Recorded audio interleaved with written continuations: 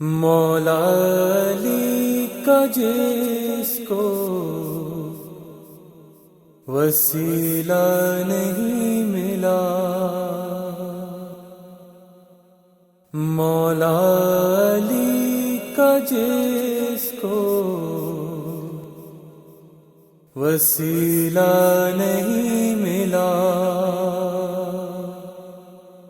اس کو بھور ملے کناران۔ بسم اللہ الرحمن الرحیم، اللهم صل على محمد وآل محمد وعجل فرجهم واللعنة على أعدائهم أجمعين من يومنا هذا إلى قيام يوم الدين، أما بعد فقد بسم اللہ الرحمن الرحیم۔ ہمارے یہاں مثال دی جاتی ہے صبر ایوبی کی، یعنی جیسا صبر جناب ایوب نے کیا ہے ویسا صبر واقعاً کوئی ایک نبی اور امام ہی کر سکتا ہے۔ تاریخ میں ملتا ہے کہ جناب ایوب بہت زیادہ مالدار تھے اور اسی کے ساتھ ساتھ ان کے اولاد بھی کثرت کے ساتھ تھے۔ ان کے پاس غلاموں کی کمی نہیں، ان کے پاس کنیزوں کی کمی نہیں، لیکن اس سب مال کے باوجود جناب ایوب کا کہنا یہ تھا کہ یہ مال اللہ کا مال ہے اور دنیا میں جو بندے ہیں وہ سب اللہ کے بندے ہیں، لہذا اس مال کو بطور امانت میں یہ استعمال کرتا ہوں، میں اس کا مالک نہیں ہوں، لہذا اللہ کا بندہ جو ضرورت بھی رکھتا ہو وہ آئے اور اس مال سے استفادہ کرے۔ یعنی جناب ایوب اپنے زمانے میں اتنا زیادہ اللہ کو یاد کیا کرتے تھے کہ ان کا تذکرہ آسمان پر ملائکہ کرتے تھے۔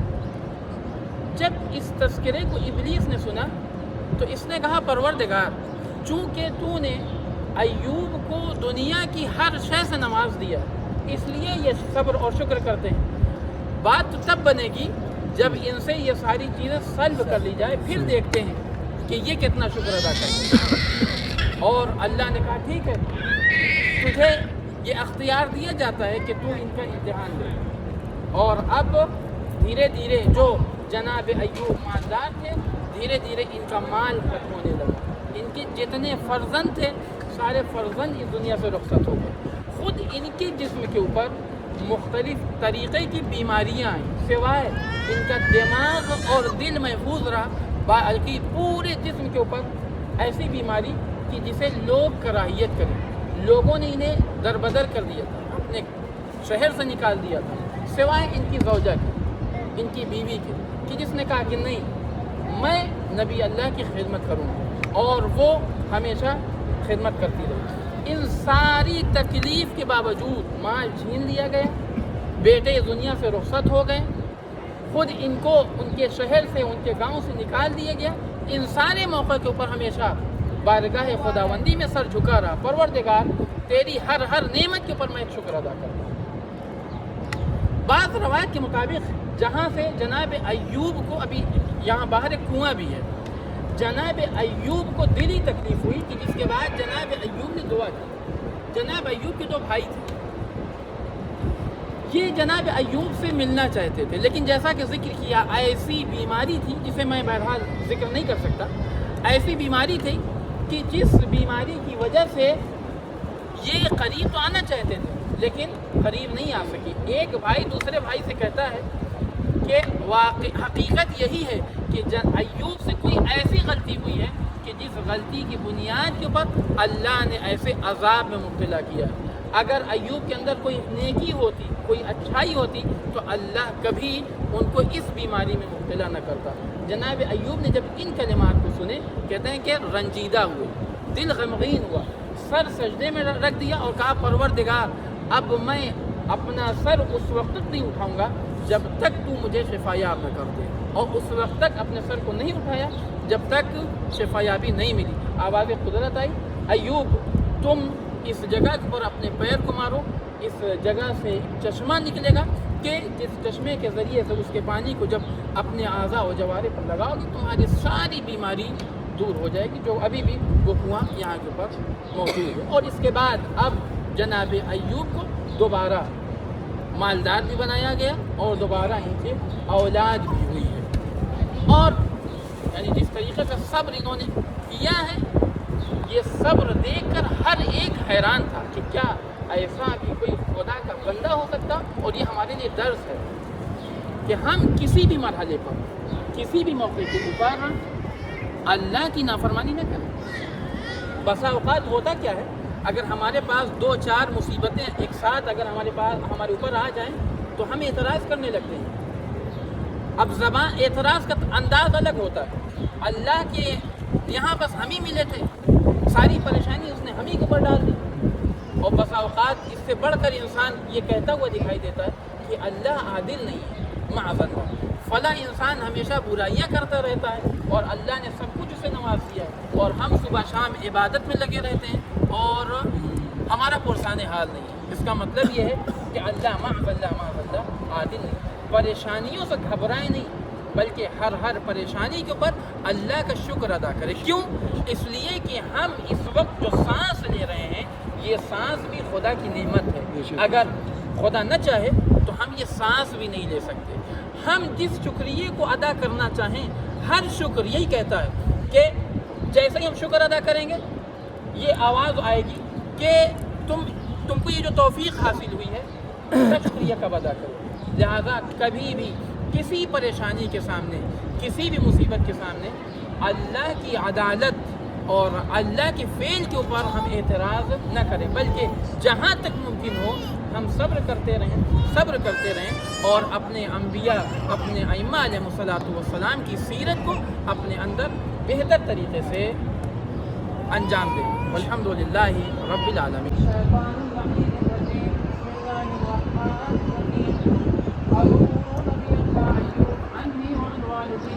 وعن والدتي وعن زوجتي وعن أطفالي وعن أقربائي وعن أحبائي وعن أصدقائي وعن كل من قدمت وزيارة قربة من الله.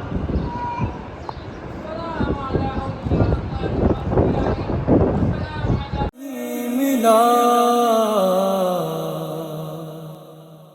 مولا علی کا جس کو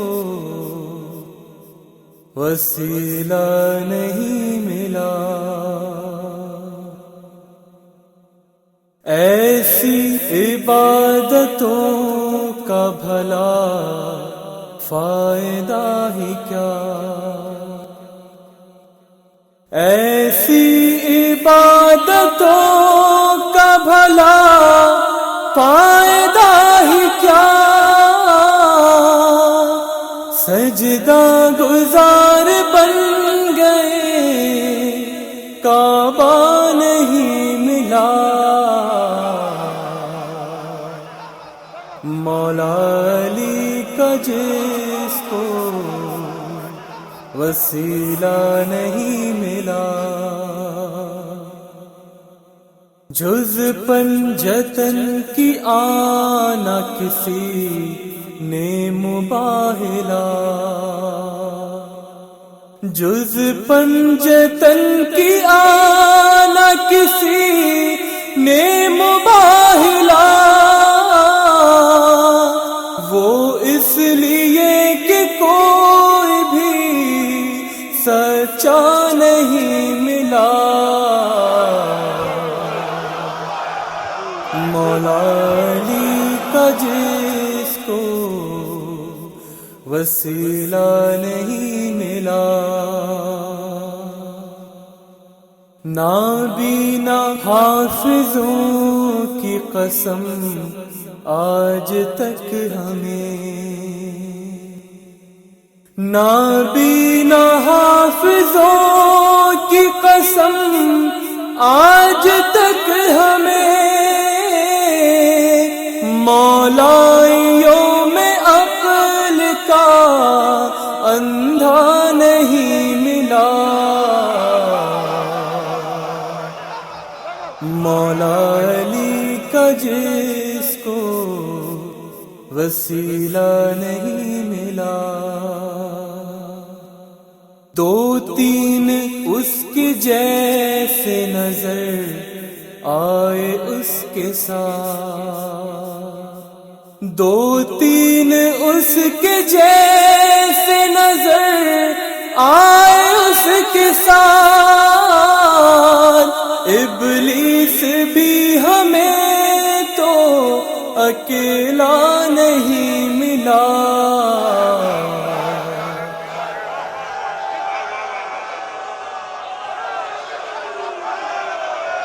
مولا علی کا جس کو وسیلہ نہیں ملا.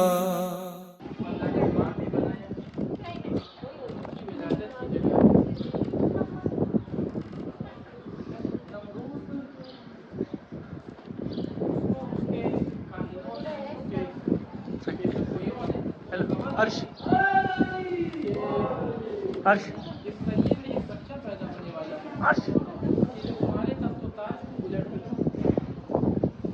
اس کے بعد زیادہ بچہ جو پیدا ہوگا قتل کا بلکہ اگر ایسے کہ حاملہ ہونے کا بھی ہو جائے تو اس بچے کو گروا چکا. جب جناب ابراہیم کی والدہ یہ لگا کہ اب ولادت کا وقت قریب ہے تو اس ڈر سے کہ ہمارے بچے کو بھی قتل نہ کر دیا جائے وہاں سے انہوں نے فرار کیا اور فرار کر کے اس جگہ کے اوپر جناب ابراہیم کی ولادت ہوئی اور انہوں نے یہیں کے اوپر ایک گڑھا کھود کر وہیں کے اوپر رکھ کر اوپر سے پتھر رکھ دیا تاکہ جانوروں سے محفوظ رہے بچہ. اور جا کے جناب ابراہیم کے والد کو خبر کی اور کسی نہ کسی بہانے وہ آتی تھیں اور جناب ابراہیم کو دودھ پلاتی تھیں اور اس طریقے سے جناب ابراہیم کی پرورش ہوئی. دھیرے دھیرے جب جناب ابراہیم سن بلوغ تک پہنچے اور اس حد تک پہنچے کہ لوگوں کو معرفت کروا سکیں تو وہ وقت بھی آیا کہ جناب ابراہیم نے ان کے بتوں کو کیا کیا توڑا اور توڑنے کے بعد کھلاڑی تھی وہ جو سب سے بڑا بت تھا اس کے حوالے کیا.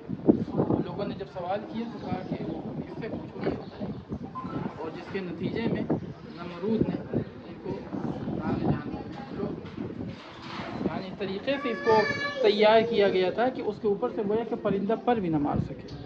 اور منجنیق کے ذریعے یعنی اب اس آگ کے قریب بھی کسی کی جانے کی ہمت نہیں تھی تو منجنیق کے ذریعے سے جناب ابراہیم کو اس آگ میں ڈالا گیا. لیکن وہ اللہ کا کرم اور لطف تھا. اللہ نے آگ کو گلزار نہیں کیا یعنی آگ بجھائی نہیں ہے بلکہ آگ اس کی صفت ہے جلانا. لیکن چونکہ اب اللہ یہ چاہتا ہے کہ یہ آگ جلانے نہ پائے تو اسی آگ میں جناب ابراہیم اطمینان کے ساتھ ذکر خداوندی میں مصروف. بہت مقدس جگہ ہے. 2 رکعت نماز جناب ابراہیم علیہ السلام. چندہ بسوں میں لیتے ہیں مسجد کے نام پر. چندہ بسوں میں لیتے ہیں مسجد کے نام پر. وہ جن کو مانگنے کا سلیقہ نہیں ملا مولا علی کا جس کو وسیلہ نہیں ملا. قرآن کی آیتوں کو سمجھنے کے واسطے قرآن کی آیتوں کو سمجھنے کے واسطے بدقسمتوں کو نہج بلاغہ نہیں ملا.